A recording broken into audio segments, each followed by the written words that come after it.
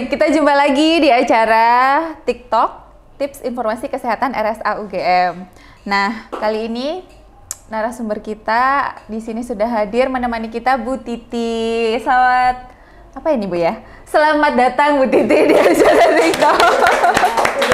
Bingung jadinya selamat apa? Bukan selamat tahun baru ya.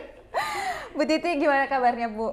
Baik, sehat. Sehat ya, harus selalu sehat. Kalau psikolog itu beda ya Mas ya, beda. Harus selalu sehat, harus selalu tenang, kalem ya, apapun kondisinya ya Bu ya. Kurang lebih gitu ya Bu ya. Oke Bu Titi ini merupakan salah satu psikolog yang ada di RSA UGM. Karena di RSA ada 2 ya Bu ya sekarang ya, psikolog yang aktif. Ya, 2 atau 3? Ada 4 sekarang totalnya. Oh iya, ada 4, ada 4 malahan ya. Ada 4. Ada Bu Titi, ada Bu Mel, Ya, ada kemudian ada Sania, ada Lia, Sania, ada Bu Lia yang baru ya Bu ya. Cuman baru ya. Baru ya Bu. Udah mulai aktif ya Bu juga ya. Sudah setahun ini aktif. Wah, ya oke. Jadi Bu Titi ini sudah cukup lumayan ya Bu ya di RSA, udah mulai dari tahun 2022 awal ya. Berarti pas pandemi itu ya Bu ya? Pas pandemi. Iya. Sampai lupa kapan pandemi. Oh ya. Iya. Sudah terlewatkan. Udah lupa tuh kapan gitu ya. Alhamdulillah ya Bu, sekarang udah pada sehat, udah pada vaksin soalnya. Di RSA UGM pastinya ya vaksinnya. Ya Bu, jadi alhamdulillah sekarang udah pandemi udah mulai berkurang, jadi kita bisa bertatap muka Bu. Kita kan dulu waktu ketemu di bangsal Covid, ketemunya pakai APD Bu ya.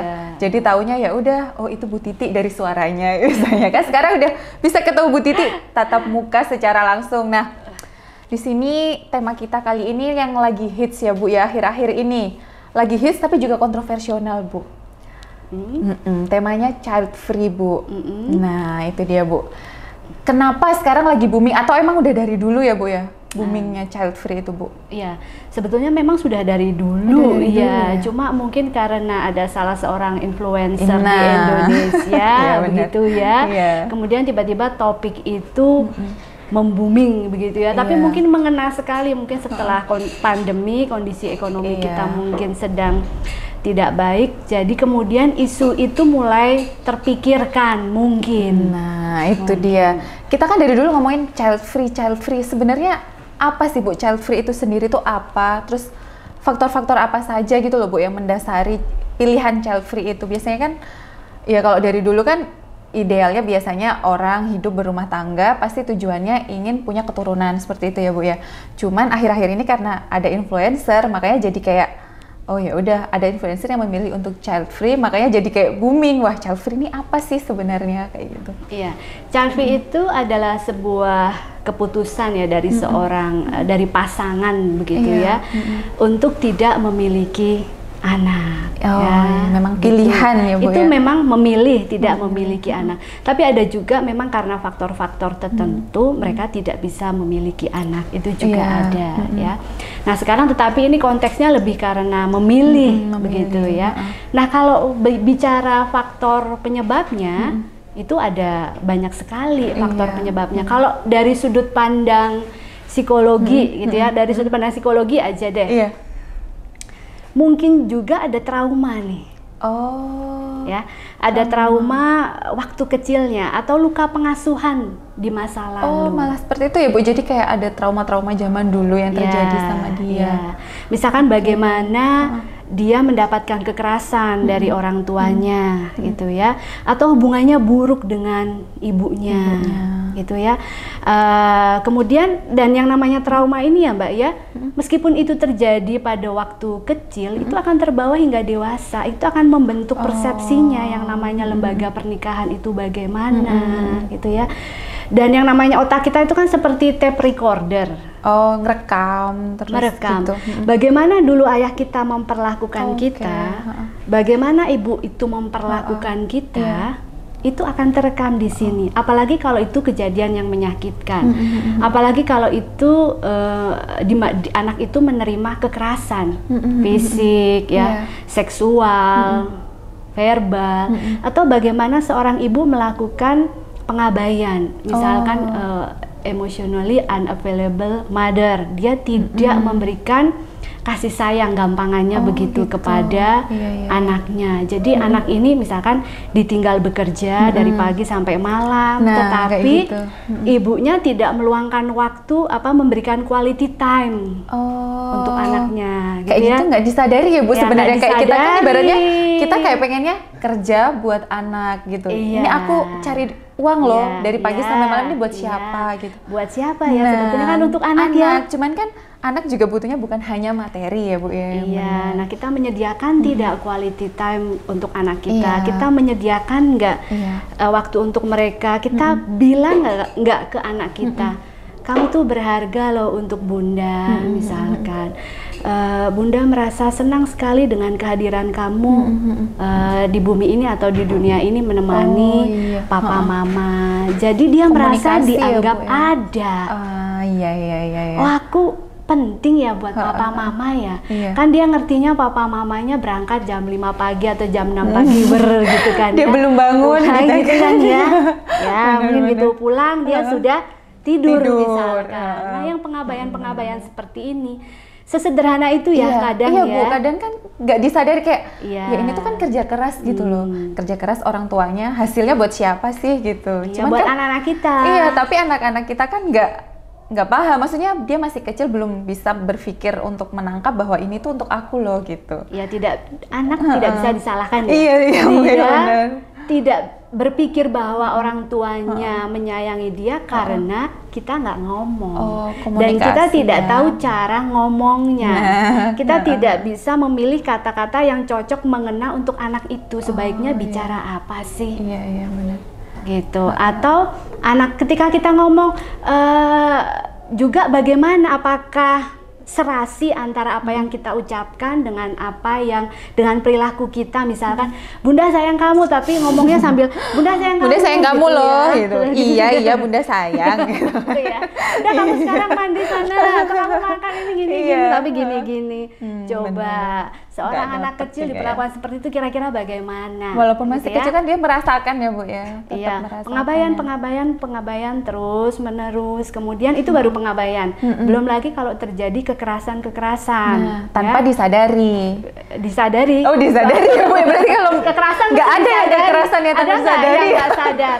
Kayak ibaratnya nggak sengaja, aduh lagi capek nih, terus nggak sengaja bentak, padahal itu kan ada kekerasan verbal ya Bu. Cuman kan menurutnya, kan aku lagi capek gitu kan, pengennya anaknya yang ngerti gitu loh Bu, ibaratnya gitu kayak gitu. Ya itu hati-hati juga. Dan yang pada pasien saya itu juga ada ini kasus terjadi ya, nggak sengaja ayah itu, ya sengaja atau tidak, ayah itu mengatakan anak itu investasi untuk saya. Boleh ya Bu ya kayak mengatakan gitu ya. Begitu. Ya jangan, memangnya barang ya. Iya. Ini kan titipan ya. Kok bisa amanah ya dari yang di atas. Tapi dianggap sebagai investasi. Sehingga anak ini merasa bahwa kasih sayangnya bersyarat. Aku harus hebat, juara satu begitu ya, apapun itu baru aku akan diberi kasih sayang. Dia tidak dipandang sebagai manusia seutuhnya, apapun itu kekurangan dia, kelebihan dia adalah manusia. Toh lahirnya dari bapak ibunya. Ya kan? Apapun itu diwariskan. Nah, itu tidak dianggap, orang tuanya punya standar duniawi tertentu. Anaknya harus hebat gini gitu ya. Atau anaknya orang tuanya merasa harus balik modal begitu ya. Kadang yang tanpa disadari kayak gitu Bu. Pengennya anakku dilahirkan ini ya, kamu udah tak biayain, kamu nanti setidaknya balik modal dong. Ini aku papa mamamu loh gitu. Gitu ya, investasi gitu ya. Udah ngeluarin berapa juta, nanti balik modal tiap bulan kamu kasih berapa juta. Nah, itu bukan cinta ya. Cinta itu memberi tanpa syarat. Dengerin banget Bu, yang di ujung sana itu memperhatikannya banget gitu loh Bu. Ini baru trauma ya. Ini baru trauma, kayaknya seru ini, aduh. Seru ini. Kita baru bicara trauma. Jadi, sekali lagi, otak ini tape recorder sebetulnya. Dia punya fungsi berekam. Nah, itu akan diingat ya sebagai luka ya. Dan kita tidak tahu anak itu menerima luka berapa kali. Ibaratnya misalkan ini balon ya. Balon ini adalah anak ya. Ini adalah duri atau jarum. Kita berapa kali menojoskan balon ke anak ini duri ke balon ini, jep berapa kali, misalkan bentak dia, jep 1 kali, nanti jep. Kalau misalkan ini balon sekali aja duar gitu kan, kalau anak harus menerima berapa duri nih, ya. Ada sebuah penelitian 1 kali bentakan harus diganti 10 kali kasih sayang. Waduh. Perbuatan pujian. Wah. Hati-hati makanya. Nah sekarang berapa kali ini? Untuk yang bisa memulihkan 1 bentakan 10 kali kasih sayang, padahal belum tentu kita nggak bentak aja, belum tentu bisa ngasih 10. Belum tentu ya, pulang rumah udah capek gitu misalkan, gitu. Nah itu trauma ya. Oh ya, kembali lagi ke tape recorder ini, ketika dia dewasa, dia akan membawa kenangan-kenangan menyakitkan ini. Dia akan inget-inget terus gimana sih cara ayahnya ngomong ke dia, gimana sih cara ibunya ngomong ke dia. Kalau misalkan ayah di rumah ngomongnya teriak-teriak, ibunya juga ngomong teriak-teriak, begitu ya. Maka ini akan diputer-puter terus dan diinternalisasi dalam dirinya, sehingga ketika dia berinteraksi dengan orang lain itu akan diputar ulang seperti itulah. Jadi kalau ada orang yang suka bentak-bentak begitu ya, yang diingat di sini itu gambarnya siapa, wajahnya siapa. Dan yang namanya orang tua itu bagi seorang anak, maaf, seperti undang-undang ya, karena yang tidak figur otoriter yang tidak bisa dibantahkan. Nah, itu adalah sebuah kebenaran tertinggi.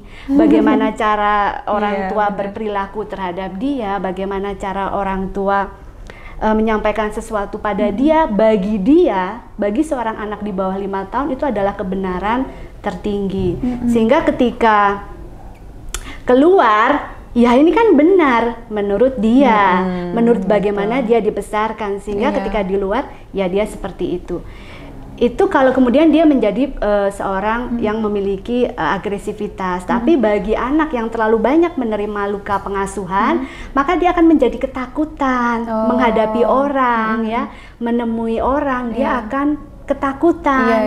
Mungkin ujung-ujungnya dia takut menikah juga, bisa jadi ya. Kemudian bisa juga faktor berikut lainnya, karena luka pengasuhan ini dia merasa aku nih nggak stabil loh emosinya. Jadi dia merasa lemah. Kalau aku emosinya nggak stabil, bagaimana nanti aku akan memperlakukan anakku? Jadi udah punya gambaran sendiri, udah tergambar ini aku nanti kayak gini kayaknya gimana aku belum gitu. siap deh untuk menikah, belum siap deh untuk. Gak usah gitu deh ekspresinya deh. Aku belum siap. Berat. Kayak lagi curhat. Ada yang relate kan? Aduh, kita kembali ke topik kayaknya. Iya Bu. Aku belum siap nih untuk menjadi seorang figur teladan gitu ya bagi anak-anakku nanti, menjadi seorang ayah, ibu, karena aku juga nggak tahu bagaimana caranya. Gitu ya. Sebetulnya orang tua juga tidak bisa disalahkan sih, karena ketika mereka menikah tidak ada ilmunya, silahkan di bukunya dipelajari, parenting skill nih ya, kitabnya gitu, nggak bisa disalahkan. Cuma ketika terjadi sesuatu dalam keluarga, baru mulai mencari-cari informasi kenapa bisa keluarganya mengalami ketidakharmonisan. Oke, itu seperti itu. Jadi mungkin dia juga merasa tidak percaya dengan kemampuannya gitu ya. Kemudian bisa juga karena memang emosinya tidak stabil, dia minder, tidak percaya diri akan efikasi dirinya atau ketidakmampuan mengatasi tantangan-tantangan kehidupan dewasa atau berkeluarga atau menikah, itu bisa juga. Jadi kayak udah ketakutan sendiri, mending nggak usah dulu deh gitu. Iya, bisa juga. Itu dilematik zaman sekarang sepertinya ya. Kalau faktor-faktor yang lain saya pikir kita mungkin sudah tahu, misalkan faktor ekonomi itu bisa juga ya. Faktor ekonomi misalkan upahnya rendah gitu kan ya.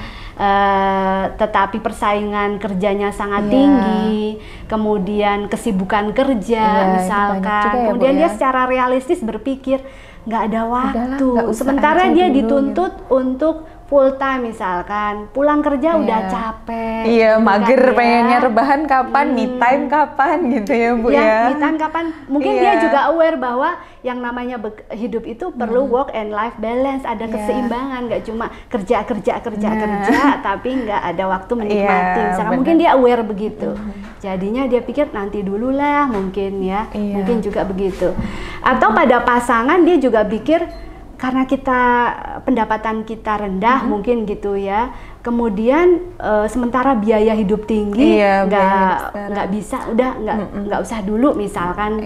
Begitu. Apalagi sejak pandemi kayak nggak stabil ya Bu ya, perekonomian kan nggak stabil, kurang stabil, jadi kayak untuk penyesuaian, untuk misalnya nambah momongan kan berpikirnya akan nambah biaya. Iya, itu juga begitu. Jadi kalau misalkan ada beberapa orang yang berpikir kalau hanya berdua kan kita bisa menjaga kestabilan ekonomi rumah tangga. Dan kemudian kalau misalkan memiliki anak, ada beberapa yang berpikir bahwa cemas nanti anakku bisa hidup layak nggak ya? Karena dia ingin memberikan lebih kepada anaknya, takutnya nggak bisa. Beberapa orang tua kan ingin sekolahnya di tempat yang terbaik misalkan. Tempat yang terbaik otomatis biayanya lebih mahal pastinya zaman sekarang ya Bu ya. Meskipun saya juga cuma SD negeri dulu ya. Tapi zaman sekarang SD negeri kan gitu gratis aja ya Bu ya sebenarnya. Iya, tapi beberapa orang tua memang demikian ya, ingin memberikan yang terbaik. Dasarnya begitu. Jangan sampai dia kayak aku zaman dulu ibaratnya kan kayak gitu ya Bu ya, pengennya gitu ya. Nah, cuman untuk keputusan apa namanya Bu, kayak child free kayak gini kan perlu dipertimbangkan dengan matang ya Bu ya. Istilahnya apakah sebelum menikah sudah harus dibicarakan, atau ketika ya udah awalnya nih pengen menikah tapi setelah akhirnya kita menikah bersama pasangan kita baru nih kita rembukan gimana ya kalau child free aja gitu. Baiknya itu dibicarakan kapan ya Bu? Baiknya kalau di Indonesia, untuk kultur Indonesia. Kultur Indonesia ya, karena kultur lagi beda lagi ya Bu ya. Ya, budaya kita masih budaya pronatalis, budaya kolektif. Pronatalis itu artinya memiliki keturunan kalau budaya kita. Kalau enggak segera tetangga keburu berisik nih gitu ya. Jadi sebaiknya memang di Indonesia kan standar kehidupan kita ya. Jadi sebaiknya memang disampaikan ya sebelum menikah, dan calon mertua kita perlu memahami, kemudian orang tua kita juga perlu memahami gitu ya. Kemudian calon pasangan kita sendiri juga perlu perlu kita tanyakan, kita perlu diskusi bagaimana nih. Jadi jangan sampai itu keputusan sepihak, maunya aku aja gitu, enggak. Karena ketika menikah, yang menikah itu kan nggak cuma satu ya, aku sama dia. Yang menikah juga keluarganya kalau di Indonesia. Iya, karena keluarga juga ikut berperan nanti kan. Ini budeku pengennya gini loh gitu, tiba-tiba bude. Halo gitu ya, menikah tiba-tiba bude. Budeku ini tanteku katanya kayak gini loh gitu ya Bu. Jadi budayanya masih seperti itu. Makanya masih agak tabu ya Bu ya di Indonesia kalau menerapkan child free ini ya. Tuh. Itu baru tadi dari berarti ada banyak faktor ya Bu ya.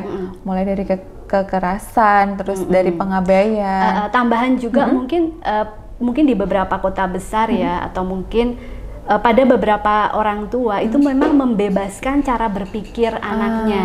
Jadi monggo silahkan keputusanmu apa, itu ada juga. Itu mungkin di kota ya Bu ya, yang sudah besar, mulai terbuka pemikirannya ya Bu ya. Juga culture di tempat itu bagaimana, di tempat di mana dia dibesarkan itu juga pengaruh.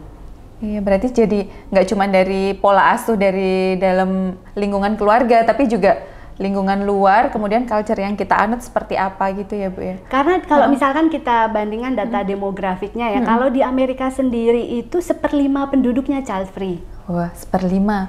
Dari 5 tetangga kita, 1 pilih child free. Di Indonesia kayak 1 banding beberapa juta langsung dihujat. Satu dihujat ya. Itu 1 yang ketahuan Bu, yang lain kan itu ada yang. Kemudian kalau di Asia sendiri, misalkan di Cina gitu, ini data jajak pendapat terbaru ya tahun 2021, kaum muda usia 18 sampai 26 tahun separuhnya di Cina menghendaki tidak memiliki anak. Itu di Cina, belum lagi tempat-tempat lain di Taiwan, di Vietnam, begitu di kota-kota besar. Itu apakah di faktornya Eropa sama ya Bu ya? Maksudnya kayak yang di Indonesia, maksudnya faktornya tetap sama, ada beberapa faktor yang berperan tadi kayak di faktor kalau di keluarga Cina juga. Disebutkan temuannya karena biaya hidup yang sangat tinggi. berarti memang ada dari faktor ekonomi. Iya, faktor khususnya. Oke, yang terkaji itu. Berat juga ya Bu. Sebenarnya kemarin itu nggak cuma satu, karena satu yang muncul dan dia langsung mendeklarkan bahwa pengen child free karena pengen awet muda, katanya kayak gitu. Mungkin pernyataan dia yang mengatakan pengen child free karena pengen awet muda itu Bu yang langsung menuai kontroversi. Mungkin. Dan mungkin juga caranya berbicara atau membanding-bandingkan. Begitu sebetulnya mungkin orang kita itu cukup toleran sih sebetulnya ya. Kalian mau milih seperti apa sih, monggo-monggo saja, tapi nggak usah lah ya jelek-jelekin yang ini, ya gitu bagus-bagusin yang ini. Kayak gitu kan kesannya nanti yang udah punya anak nggak bisa awet muda, padahal banyak banget sekarang ibu-ibu muda tinggal perawatan ke salon aja. Tinggal perawatan ya. Iya, nggak perlu child free. Baratnya itu kan ya pilihannya dia, ya udah gitu. Sebenarnya orang Indonesia mungkin kalau nggak disentil nggak akan mutik-mutik dia, nggak akan menghujat gitu kan. Terserah kamu deh. Karena kan nggak cuma dia, banyak kan Bu ya, ada artis-artis lain yang memilih untuk seperti itu, dan anteng-anteng aja yang dihujat cuma dia gitu. Ya mungkin cara penyampaian aja. Cara penyampaian ya, cara berkomunikasi. Nah, lagi-lagi cara berkomunikasi ya Bu ya, gitu tadi penting banget ternyata ya Bu ya. Sebenarnya pengalaman yang diterima anak dari zaman dulu ternyata walaupun tanpa disadari, karena walaupun dibilang kekerasan itu nggak ada yang nggak disadari, namanya kekerasan itu pasti ya pasti ada unsur gemes gitu kan. Jadi kan kita melakukan kekerasan gitu, mungkin anak kita rewel atau apa, cuman ternyata efeknya berkepanjangan yang bisa menimbulkan dampaknya itu yang bisa menimbulkan apa ya, kayak membentuk sifat anak itu sendiri ya Bu ya jadinya. Satu lagi ada beberapa kasus yang sedang saya tangani ya, pelecehan seksual, ada 3 ini. Mereka semua sama, nggak ingin menikah, nggak ingin punya anak. Jadi sampai sejauh itu, bukan karena ini ya, keluarganya, pola asuh di keluarganya tapi karena mereka menerima pelecehan seksual, sampai seperti itu terbentuk pikirannya. Aku nggak ingin menikah, nggak ingin punya anak. Namanya trauma suatu hal yang serius. Kelihatannya dia baik-baik saja secara fisik nih ya, utuh semua, bisa senyum, bisa bekerja, 10 to 5, tank pulang gitu kan ya. Semuanya kelihatan normal dari luar, tapi karena pengalaman ini enggak, trauma dia tidak dipulihkan, ya bisa berdampak seperti itu. Dan dia sendiri yang memendam itu, yang ngerasain gitu, makanya dipendam-pendam, akhirnya dia muncul, terbentuk karakter kayak gitu. Ngeri juga ya. Oke Bu, sekarang ke child free lagi. Sekarang kan banyak penolakan ya Bu, kalau di Indonesia masih banyak penolakannya gitu. Kira-kira bagi pasangan yang memilih untuk child free itu gimana Bu caranya untuk istilahnya menghadapi penolakan-penolakan yang ada di masyarakat gitu Bu? Kalau mereka memang memutuskan untuk child free ya, apapun itu sebabnya, ada beberapa tipsnya sih sebetulnya ya. Cuma kalau ke psikolog, ini ke psikolog bukan? Atau untuk masyarakat nih? Ini lebih ke seseorang Bu, misalnya saya ya saya memilih untuk child free aja gitu. Terus kira-kira tetangga atau keluarga, loh kok kamu child free? Jadi penolakan-penolakan dari luar, itu saya sebagai pelaku child free harus gimana gitu ya Bu? Oke, baik, kalau seandainya memang pasangan itu memilih untuk child free, maka ada beberapa tips ya yang bisa dilakukan ya. Yang pertama, ini yang penting nih kayaknya nih. Yang penting dengerin banget, emang mau child free, bukannya udah 2 kayak dia dengerin banget.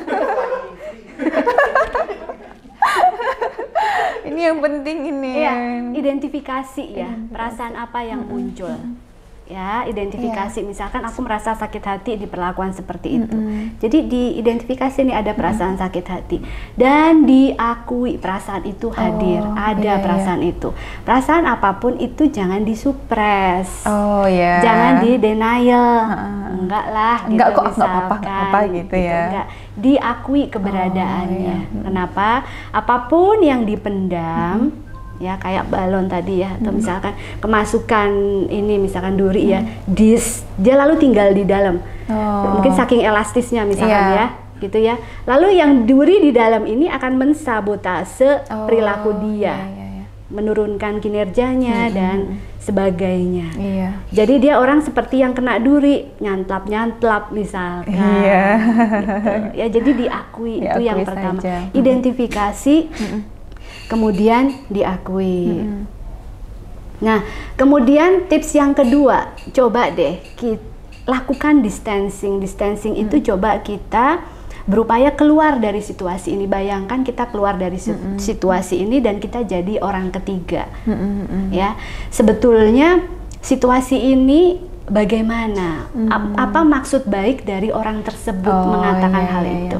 Karena sebetulnya niatnya baik, sebetulnya di balik kata-kata kasarnya gitu ya, di balik penghinaannya mungkin punya maksud yang baik. Jadi kita berusaha dari, kalau secara objektif dari orang ketiga, misalkan ini saya, ini kamu, misal gitu ya, kita jadi orang ketiganya, gimana sih menilai situasi jadi ini? Mencoba melihat dari sudut pandang yang lain gitu, dari jangan sudut ditelan pandang mentah-mentah yang lain gitu. Untuk mencari ya pemahaman baru, perspektif baru, seperti misalkan sebetulnya maksudnya baik sih.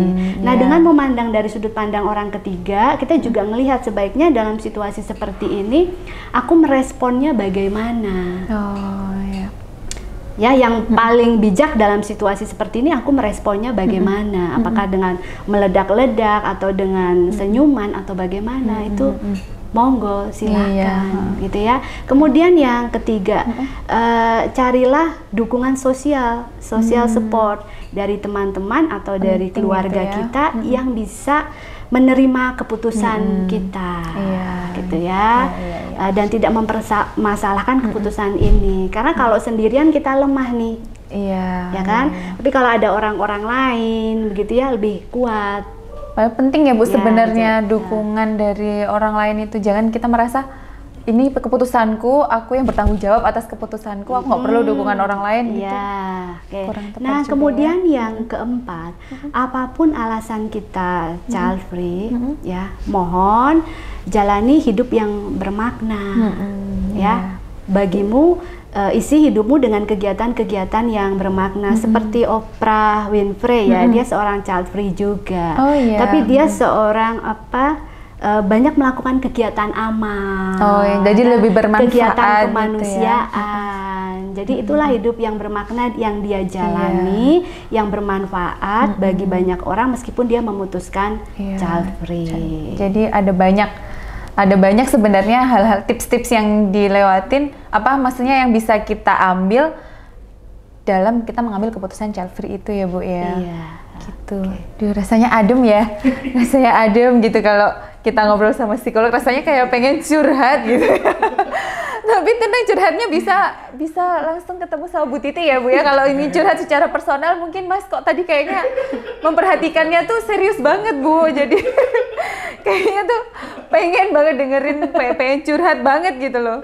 Bisa langsung aja ketemu Bu Titi di Polinya ya Bu ya? Iya, silakan. Setiap hari ya Bu ya? Iya, setiap hari. Setiap hari jam 9 sampai jam 12. Jam 9, lumayan lama, jam 9 sampai jam 12 itu di Polinya Bu Titi langsung kalau pengen curhat. Mungkin namanya kan zaman sekarang udah nggak ini ya Bu ya, datang ke psikolog itu udah bukan hal yang kalau zaman dulu kan ngapain sih ke psikolog gitu kan, malu kayak nanti dibilang itu ke psikolog loh, dia udah nggak stabil tuh, udah nggak sehat mentalnya kayak gitu. Tapi kalau sekarang kayaknya mental health issue ya Bu ya, jadi udah kita tuh butuh mental yang sehat, makanya kita butuh datang ke ahlinya, ke psikolog kayak gitu. Nah gitu, jadi nggak perlu malu-malu lagi, datang ke psikolog akan diterima dengan tangan terbuka oleh psikolog kita. Kalau misalnya nggak bisa datang, bisa juga lewat telemedicine ya Bu ya. Lewat, kita bisa telepon langsung ke nomornya, langsung menghubungi di nomornya telemedicine, langsung bisa disambungkan dengan psikolog kita ya Bu ya. Karena zaman sekarang ini kan stresor lebih banyak daripada zaman dulu ya Bu ya. Entah kita juga nggak memungkiri dari gadget, informasi kita bisa dapat dari mana aja. Tapi dengan informasi yang banyak, justru itu kalau kita nggak pintar-pintar menyaring, itu bisa menjadi kayak bumerang, bisa bikin juga sampah buat kita. Karena kalau kita nggak bisa menyaring, kita kan telan mentah-mentah informasi yang kita dapat.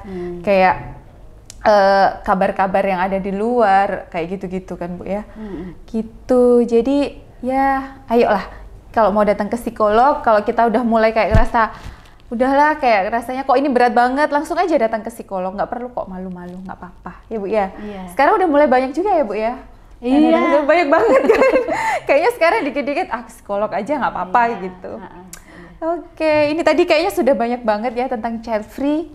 Child free udah banyak kita bahas. Selain child free tadi juga tentang ya gimana kita untuk menyikapi kalau kita mendapatkan penolakan-penolakan ketika kita mengambil keputusan untuk child free. Bu Titi, terima kasih waktunya. Terima kasih sudah meluangkan waktunya di tengah-tengah kesibukan. Nanti sore masih lanjut lagi ya Bu ya. Oke, sampai jumpa lagi. Nanti kita ketemu lagi di sesi yang lain di acara TikTok Tips Informasi Kesehatan RSA UGM. Sampai jumpa. Assalamualaikum warahmatullahi wabarakatuh.